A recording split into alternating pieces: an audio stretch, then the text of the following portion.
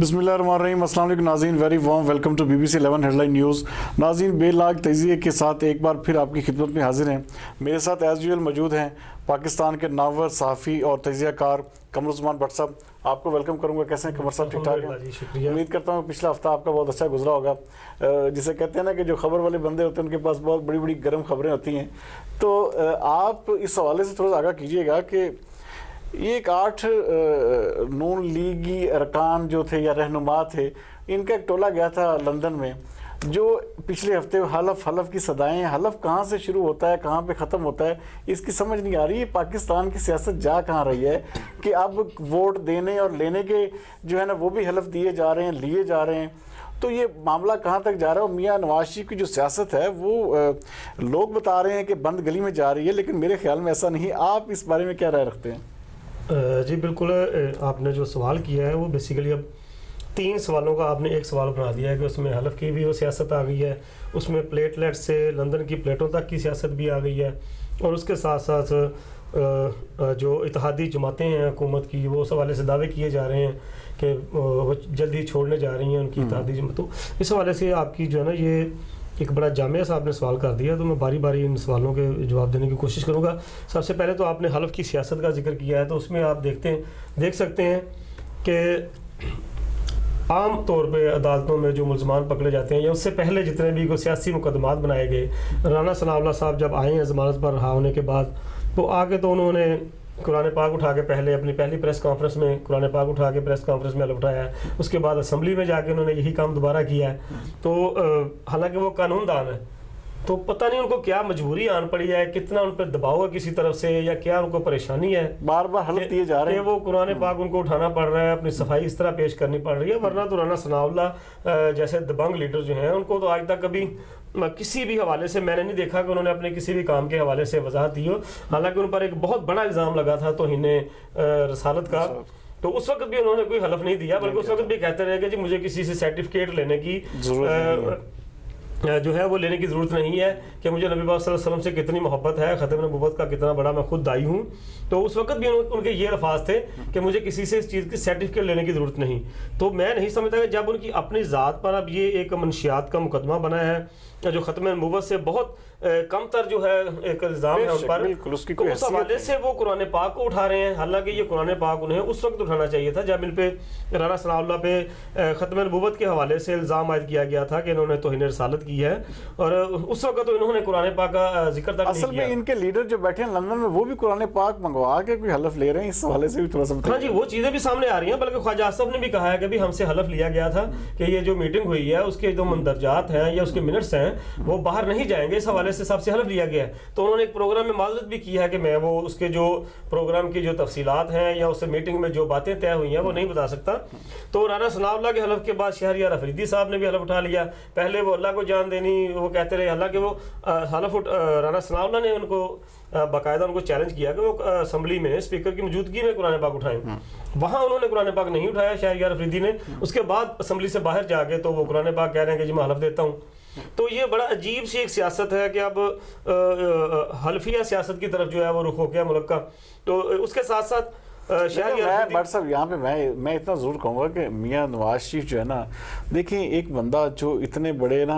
सानहात से गुजर जाए, सारे मामला से गुजर जाता है, तो मेरा ज़ाती एक ख्याल है कि इसके पीछे मियाँ नवाज शरीफ को कोई ना कोई यकीन दहानी तो दी गई होगी।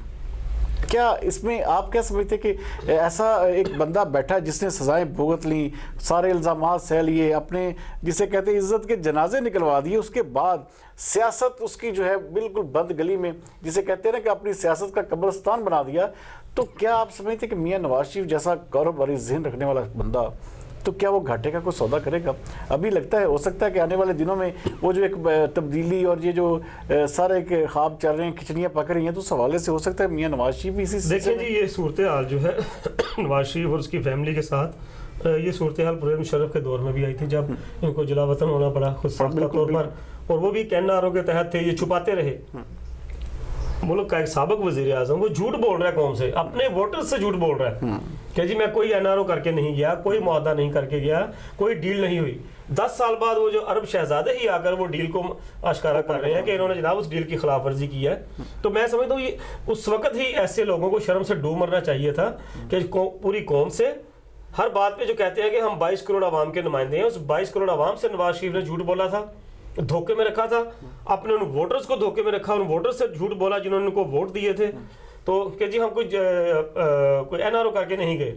उस वक्त भी झूठ बोला, अब भी झूठ बोल रहे हैं, अब भी ये एनआरओ करके गए हैं, डील के तहत बाहर गए हैं। ये पहले ही हम प्रोग्राम में डील की क्या डंडा पीर के साथ हुई है? बिल्कुल जी, जाहिर बात है, डंडा पीर होगा तो डील होगी, डंडा पीर नहीं होगा तो डील नहीं होगी। तो यही चीज़ है। अब देखिए ना, मरियम का ट्वीट भी खामोश है, मरियम खुद भी खामोश है। नवाज शरीफ जो आए रोज बड़े दबंग किस्म के इंडियन आर्मी चीफ की तर्ज के जो बयानात देते रहते थे वो भी बंद है। यहाँ पे उनके प्लेटलेट्स गिर रहे थे, वो मरने के करीब थे, अल्लाह ताला उनकी जिंदगी और सेहत दे उनको। लेकिन चीज़ यह है कि अपने वोटर्स से ही वो झूठ बोल रहे हैं, उनको ही धोखे में रख रहे हैं। यहाँ पर तो उनसे जो है वो उठ के सांस तक नहीं लिया जा रहा था, वहाँ पे वो सैरें कर रहे हैं, वहाँ पे जाके वो होटलों में डिनर कर रहे हैं, खाने खाए जा रहे हैं, खाबे उड़ाए जा रहे हैं, नलियाँ और सिरी पाए खाए जा रहे हैं। तो मतलब आप वो प्लेटलेट्स जो है वो प्लेटों तक आ गए हैं। लेकिन कमर भट्ट साहब, यहाँ पे ये भी तो सवाल पैदा होता है ना कि हम जैसे कहते हैं ना कि एक बिल्कुल जैसे कहते हैं बहुत कम मालूमात रखने वाले साफ़ी भी इस बात को समझ रहे हैं कि नून लीग एक वक्ती तौर पे किसी इश्तियाल में सब लोग आ गए हैं उसके खिलाफ। लेकिन मेरा एक ज़ाती ख्याल है कि मियाँ नवाज शरीफ, जैसे कि मैं पहले कह चुका हूँ कि कारोबारी जहन रखने वाला बंदा है, तो उसने घाटे का सौदा तो नहीं किया होगा। तो क्या आने वाले जो 3 महीने आप नहीं हैं, हम समझते कि हमारे मुल्क की सियासत जो है तब्दील होने जा रही है और मुल्क में एक नया निज़ाम आने जा रहा है जिसमें नवाज शरीफ के किरदार को जो है ना वो आप कभी भी रद्द नहीं कर सकते? जी मैं तो समझता हूँ कि नवाज शरीफ का किरदार जो है ना मुल्क की सियासत में अब ख़त्म हो चुका है। इस वक्त आप भी देख रहे होंगे सॉरी, तमाम लोग जिनकी गहरी नज़र है मुल्क की सियासी हालात पर, वो भी देख रहे हैं कि इस वक्त जो मौजूदा सिचुएशन चल रही है उसमें नून लीग के अंदर 2 ग्रोह बन चुके हैं। आप उसको मुस्लिम लीग नून का प्रेशर ग्रुप भी कह लें, बेशक हो सकता है। और ये नवाज शरीफ की हुकूमत ख़त्म होने से 2-3 साल पहले ही ये चीज़ें सामने आ चुकी थी, जब वाज़े तौर पर एक ग्रोह जो है वो एक ही तकरीब में शहबाज शरीफ के नारे लगा रहा है, दूसरा ग्रोह नवाज शरीफ जिंदाबाद के नारे लगा रहा है। तो उसके बाद जब मरियम नवाज को, अब तो दोनों भाई भी एक जगह पे हैं, एक ही सब जिसे कहते हैं एक ही थाली, लेकिन देखिए खड़े हो गए महमूद और अय्याज। हाँ, अगर आप मुगलिया दौरे हुकूमत की तारीख का मुतालिया करें तो आप पे वाज़ेह हो जाएगा कि बाप ने ही सगे बेटे की गर्दन जो है वो सर तन से जुदा करवाया, कलम करवाई, बेटों ने ही जो है बाप। सब इसका मतलब है कि शहबाज शरीफ की गर्दन जो है वो सर तन से जिसे कहते हैं जुदा किया जा रहा है? नहीं, ये नहीं मैं कह रहा कि शहबाज शरीफ इस वक्त जो है मुल्क की सियासत से नवाज शरीफ का जो कांटा वो निकालने की कोशिश की जा रही है और उसके लिए शहबाज शरीफ को इस्तेमाल किया गया है, शहबाज शरीफ को आगे रखा जा रहा है। नवाज शरीफ को कोई यकीन दहानी नहीं कराई गई। यकीन दहानी अगर करवाई गई है सियासत, मुल्क की सियासत चलाने वालों की तरफ से, तो वो शहबाज शरीफ को करवाई गई है। शहबाज शरीफ को इसकी यकीन दहानी करवाई गई है कि भाई अब आगे आपकी बारी है, हम आपको आगे लेके आते हैं, तो आप जो है आप नवाज शरीफ को थोड़ा सा साइड लाइन करने में हमारी मदद करें। और मैं समझता हूँ कि ये घर का बेदी लंका डाए वही काम होना है और आने वाले जो है चंद माह कह लें, 3 माह कह लें, 6 माह कह लें, ये बात वाज़ेह हो जाएगी कि घर का बेदी ही लंका ढाने में मुलव्वस है और वो चीज़ आपके सामने आ जाएगी। और ये आप देख रहे हैं कि अभी पिछले दिनों ये अफवाहें भी गर्दिश कर रही थी कि ख्वाजा असफ को जो है वो मीटिंग्स में जो है नहीं बैठने दिया जा रहा। देखें कुछ ना कुछ तो वजह है ना इसके पीछे, बिल्कुल कुछ ना कुछ है। नाज़रीन, मिलते हैं एक छोटे से ब्रेक के बाद। जिस तरह के कमर भट्ट साहब बता रहे हैं कि पूरी की पूरी जो नून लीग है इस वक्त बिल्कुल इश्तियाल की हालत में, लेकिन मेरा एक ज़ाती सा मैं इस पर बिल्कुल कोट करता चलूँ कि नवाज शरीफ कारोबारी बंदा है, कभी भी घाटे का सौदा नहीं करेगा। इसी नोट के साथ मिलते हैं एक छोटे से ब्रेक के बाद।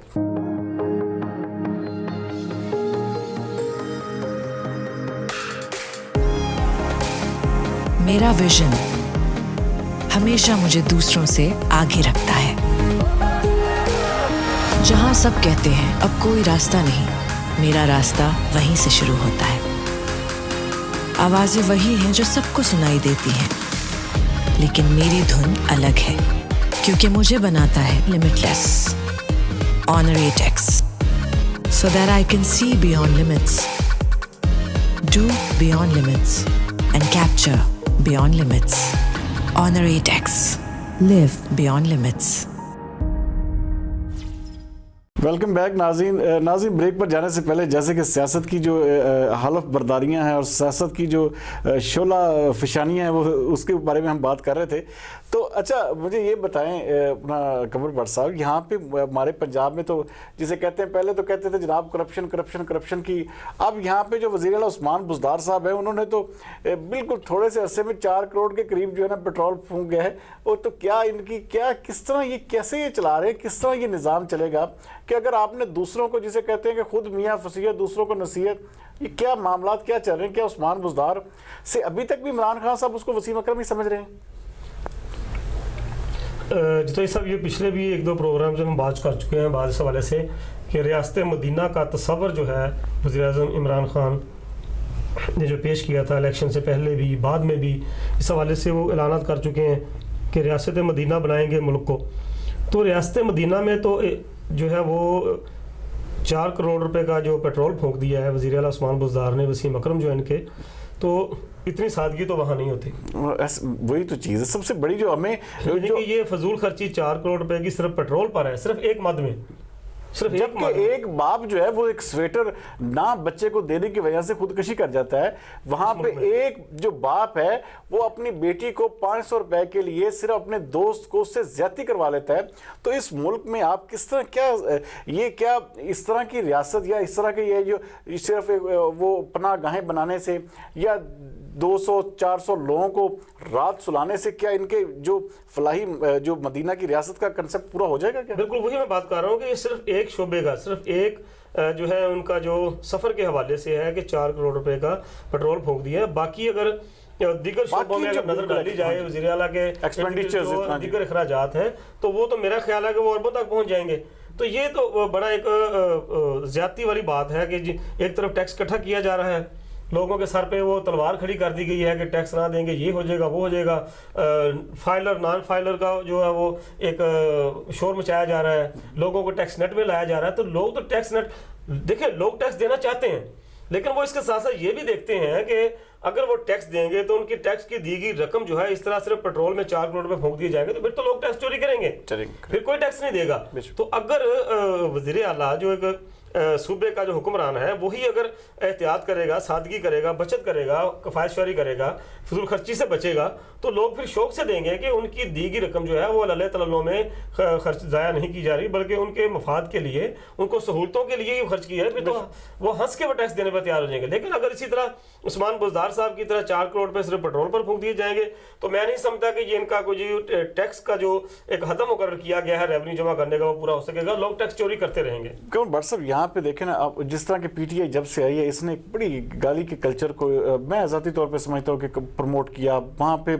जो एक पढ़ा लिखा जिसे कहते हैं नौजवान तबका था उसको गाली और बिल्कुल एक अजीब सा कल्चर दे दिया कि कोई भी हल्का सा हदफ़े तनकीद बनाए तो उसको गालियों की बुछाड़ शुरू हो जाती है।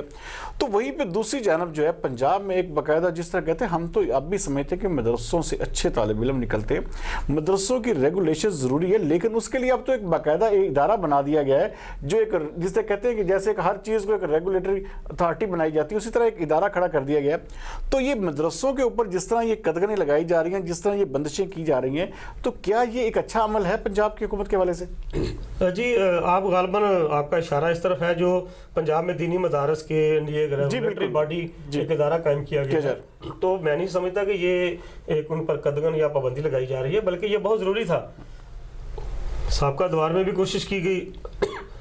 इस दौर में भी कोशिश की जा रही है। साबका दौर में सिर्फ ऐलान किया गया, उसके बाद खामोशी छा गई पुरस्कार। लेकिन मौजूदा दौर में जो है इस हवाले से इमरान खान के ऐलान के बाद बाकायदा उस पर काम हुआ है और एक रेगुलेटरी अदारा जो है वो बनाया गया है। तो ये इस लिहाज से बहुत ज़रूरी था कि हज़ारों लाखों की तादाद में जो इन पंजाब के दीनी मदारस हैं, सबसे पहले तो आपको ये देखना पड़ेगा कि पंजाब में कितने दीनी मदारस हैं। लेकिन उसके हवाले से मदरसा उलमा बोर्ड भी मौजूद है, उसके हवाले से मदरसा जो इस तरह की ये जो अपने लेवल पे भी ये मजहबी जमातें जो इन्होंने बाकायदा एक पैरामीटर्स तय किए हुए हैं, सारी जो चीज़ें हैं वो बिल्कुल उसमें लॉज्ड हैं। तो ऐसा वो आपकी मैं बात से इत्तेफाक करता हूँ लेकिन वो सिर्फ जो इदारों की जो बॉडीज़ हैं वो प्राइवेट तौर पर कायम है, उनका सरकारी तौर पर रिकॉर्ड कोई नहीं है। मैं सिर्फ ये आपको बताना चाहता हूँ कि आप अगर जायज़ा लें तो पंजाब के तुलो अर्ज़ में तकरीबन 5000 के करीब मदारस जो है वो 3 سے 4 ہزار کے قریب مدارس جو ہیں وہ رجسٹرڈ ہیں اور باقی 10 سے 12 ہزار کے قریب مدارس غیر رجسٹرڈ ہیں اور ان مدارس میں پورے ملک سے مختلف صوبوں سے لاکھوں کی تعداد میں طلباء بلکہ بیرون ملک سے پڑھنے کے لیے یہاں پر موجود ہیں، کئی سال سے وہاں موجود ہیں اور ان کی کوئی رجسٹریشن بھی نہیں ہے ان کی کہ وہ بیرون ملک سے آئے ہیں، کہاں گئے ہیں، ایئرپورٹ تک ان کا ریکارڈ ہے، اس کے بعد ان کا ریکارڈ آگے نہیں ہے کہ وہ کہاں، کس صوبے میں، کس شہر میں، کس مدرسے میں پڑھ رہے ہیں اور وہاں سے تعلیم حاصل کرنے کے بعد وہ کہاں گئے ہیں۔ اس حوالے سے عالمی سطح پر پاکستان پر بہت سے پابندیاں لگتی رہی ہیں، الزامات عائد ہوتے رہے ہیں کہ یہ دینی مدارس دہشت گردی کا گڑھ بن چکے ہیں۔ دینی مدارس دہشت گردی کا گڑھ نہیں ہے، لیکن اس طرح کی مشکوک سرگرمیاں کہ جب ادارہ رجسٹر نہیں کروایا جائے گا، وہاں پہ پڑھنے والے طلباء کو رجسٹریشن نہیں کروائی جائے گی، حکومت کے پاس ان کا کوئی ریکارڈ نہیں ہوگا، تو یہ شکوک و شبہات بڑھیں گے کہ آخر یہ بچے جو ہیں تعلیم حاصل کر کے کہاں جا رہے ہیں۔ اور اب اس حوالے سے یہ اگر ریگولیٹری ادارہ قائم ہوا تو یہ بہت خوش آئند بات ہے، کم از کم یہ ایک بلیک اینڈ وائٹ جو ہے قوم کے سامنے چیز ہوگی کہ ان مدارس میں کیا ہو رہا ہے، کہ کیا پڑھایا جا رہا ہے۔ اس کے ساتھ ساتھ باقاعدہ یہ صرف دینی تعلیم نہیں دی جائے گی ان اداروں میں، بلکہ حکومت کی طرف سے دنیاوی تعلیم کا بھی اہتمام کیا جائے گا تاکہ یہ دینی مدارس میں تعلیم حاصل کرنے والے بچے جو ہیں یہ جب اعلیٰ تعلیم حاصل کر لیں تو اس کے بعد صرف یہ آگے مسجدوں تک محدود نہ ہوں، بلکہ یہ عملی زندگی میں بھی قومی ادارے میں شامل ہوں، کوئی آئی ٹی انجینئر بنے، کوئی سول انجینئر بنے، کوئی پائلٹ بنے۔ ان مدارس سے جو تعلیم حاصل کر رہے ہیں بچے فی الوقت وہ صرف اور صرف نئی جگہ مساجد بناتے ہیں، وہاں پہ جا کے وہ مدارس بناتے ہیں اور یہی کام ہو رہا ہے۔ بٹ صاحب سندھ جو ہے اس حوالے سے وہ بھی جسے کہتے ہیں کہ تبدیلی کی لپیٹ میں آتا جا رہا ہے۔ سب سے پہلے خالد مقبول صدیقی نے جو ہے نا باقاعدہ کابینہ سے استعفیٰ دے دیا، پھر کہا جی ہم حکومت کے ساتھ ہیں، وہاں پہ ایک علیحدہ کھچڑی سندھ میں بن رہی ہے۔ دوسری طرف آپ کی جو سندھ کابینہ ہے وہ اس نے مکمل طور پہ ڈی آئی جی جو آئی جی اس وقت کلیم امام ہے سید، ان کو جو ہے نا برطرف کرنے کا باقاعدہ طور پہ منظوری دے دی ہے۔ تو کہاں سندھ کہاں کھڑا ہے، کہاں پہ یہ سارا کچھ آخرکار یہ کون رہا ہے، اس لیے یہ ساری تبدیلیوں کا عمل جو ہے یہ پنجاب سے ہوتا ہوا اب سندھ میں داخل ہو چکا، کیا کہیں گے آپ؟ دیکھیں یہ سندھ میں صورتحال جو ہے نا وہاں پہ اگر آپ تھوڑا سا سندھ میں جو بھی حکومتیں اب تک آئی ہیں ان کا تھوڑا سا بنظر عام ایک مطالعہ کریں، ان کو گہری نظر سے دیکھیں اگر ان حکومتوں کو کیسے چلایا گیا ہے، تو سندھ میں زیادہ تر ٹائم جتنی بھی حکومتیں رہی ہیں وہ معذرت کے ساتھ وہ پیپلز پارٹی کی رہی ہے یا ایم کیو ایم کی آئی ہے، تو وہ وفاق کو ہر دور میں اپنے جو مطالبات پچھلے پروگرام میں بھی کہہ چکا ہوں کہ بیہائنڈ دا سین کچھ ایسی چیزیں بھی ہوتی ہیں جو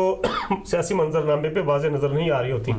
لیکن کچھ نہ کچھ ہو رہا ہوتا ہے۔ اب یہاں پر بھی افسوسناک یہ ہے کہ ایم کیو ایم کی طرف سے کچھ حکومت سے مطالبات کیے گئے تھے، کچھ ان سے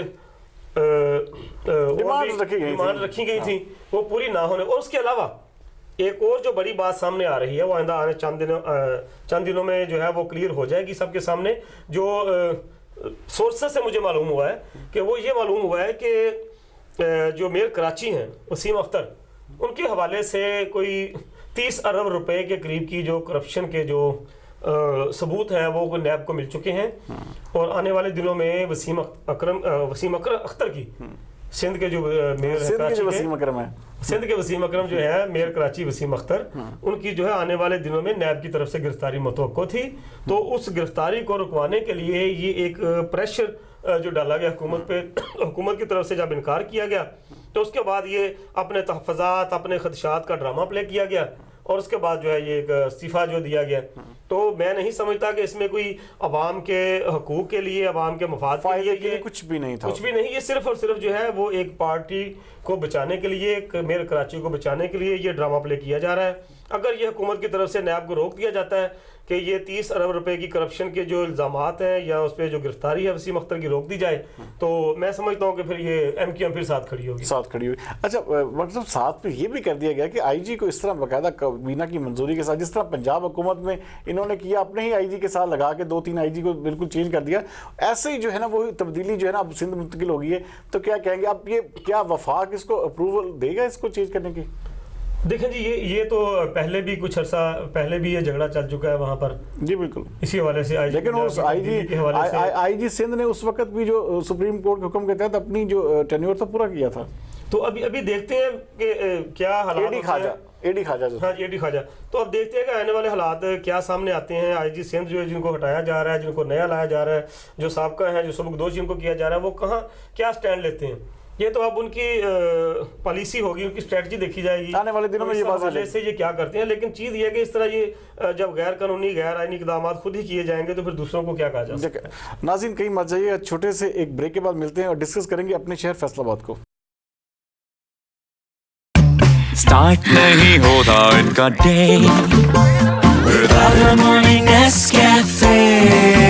ان کا start نہیں ہوتا, ان کا start نہیں ہوتا, ان کا start نہیں ہوتا.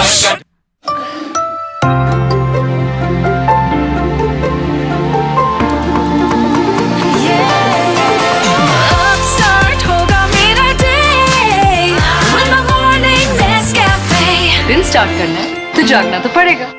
ویلکم بیک ناظرین. بریک پر جانے سے پہلے جیسے ہم بات کر رہے تھے صوبائی اور وفاقی ایشوز کے حوالے سے, تو ہم بات کریں گے فیصل آباد میں.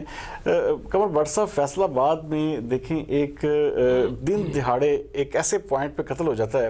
جہاں پہ آپ سمجھتے ہیں کہ یہ ایک مین ہب ہے, جہاں پہ آپ کی پولیس کا ہیڈ آفس ہے, آپ کے ضلع کی, آپ کے ڈپٹی کمشنر کا ہیڈ آفس ہے, اور اسی جگہ پہ وہاں پہ پوری کی پوری کورٹس ہیں, وہاں پہ ججز, جوڈیشری. آپ سمجھ لیں کہ ایک شہر کی مین جگہ پہ بندے کا دن دہاڑے صبح کے وقت میں عدالت پہ پیشی سے باہر نکلتا ہے, اس کو سرعام قتل کر دیا جاتا ہے. اور لا اینڈ آرڈر کی صورتحال اس وقت ویسے ہی ہمارے شہر میں فیصل آباد میں جو ڈکیتیوں کا سلسلہ ہے یا جو ایک نان سٹاپ وارداتوں کا سلسلہ وہ اسی طرح جاری و ساری ہے. اور پولیس کر کیا رہی ہے کہ وہ صرف اور صرف ایس ایچ اوز کو برطرف, اس کو ہٹا, اس کو لگا, اس کو کر, یہ کر, وہ کر, اسی چکر میں پڑے ہوئے ہیں. تو کہاں گیا قانون, کہاں گئی یہ ساری ان کی یہ جو پالیسیز تھی, یا کہاں گیا یہ سارا سسٹم. تو ابھی تک وہ ملزم بھی گرفتار نہیں ہو سکا جس کے یہ بلند و بانگ دعوے کر رہے تھے کہ ہم اس کو گرفتار کر لیں گے 24 گھنٹے میں. تو کیا کہیں گے اس والے سے آپ؟ جی بالکل, واقعی آپ نے بالکل وجہ فرمایا کہ لا اینڈ آرڈر کی صورتحال انتہائی اس وقت فیصل آباد میں تشویشناک ہو چکی ہے. اور روزانہ کی بنیاد پر راؤنڈ دا کلاک, یہ نہیں صرف کہ رات کے وقت یا شام کے وقت, صبح سویرے سے ہی یہ کار خیر شروع ہو جاتا ہے ڈکیت حضرات کی طرف سے. اور روزانہ 60, 70 اور بعض دفعہ 100 تک ڈکیتی, رازدانی چوری کی وارداتیں ہو رہی ہیں. لیکن پولیس اس حوالے سے مکمل جو ہے وہ چشم پوشی اختیار کر رہی ہے. صرف وہ وی آئی پیز کو اور اعلیٰ پولیس افسران کو سیکورٹی دینے تک محدود ہے. اور سیکورٹی بھی اس وقت ناکام ثابت ہو گئی ہے جب جیسا کہ آپ نے بات کی ہے کہ ضلع کچہری کے باہر سی پی او آفس کے بالکل ساتھ چند قدم کے فاصلے پر سیشن کورٹ, سول کورٹس کے درمیان, ڈپٹی کمشنر آفس کے قریب, آر پی او آفس کے قریب, ایس پی لائل پور ٹاؤن کے دفتر کے قریب, ضلع کونسل کے قریب عدالت سے باہر نکلتا ہے شخص, اور عدالت سے باہر وہ نکل رہا ہے تو اس کو دن دہاڑے جو ہے وہ ایک فائرنگ کر کے ایک شخص قتل کر کے بڑے آرام سے سی پی او آفس پر تعینات پولیس اہلکاروں کے سامنے, سیشن کورٹس کے باہر تعینات پولیس اہلکاروں کے سامنے, R P O office, D C office کے باہر تعینات پولیس اہلکاروں کے سامنے سے وہ گاڑی میں آرام سے بیٹھ کر فرار ہو رہا ہے.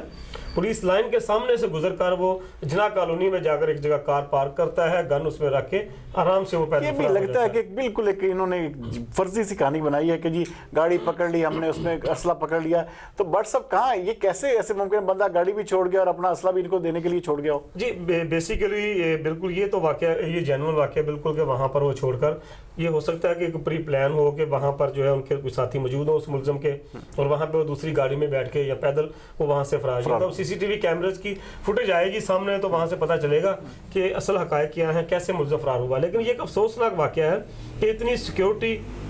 کے اندر بھی جو ہے وہ ایک شہری کو قتل کر کے ایک قاتل بڑے آرام سے فرار ہو رہا ہے. تو اس کی ان کی سیکورٹی کا پول کھل جاتا ہے کہ فل پروف سیکورٹی کا شور چاہتے ہیں. اور دوسری طرف ایک اور بڑا افسوسناک یہ امر ہے کہ اس واقعے کے خلاف وکلا ڈسٹرکٹ بار ایسوسی ایشن کی طرف سے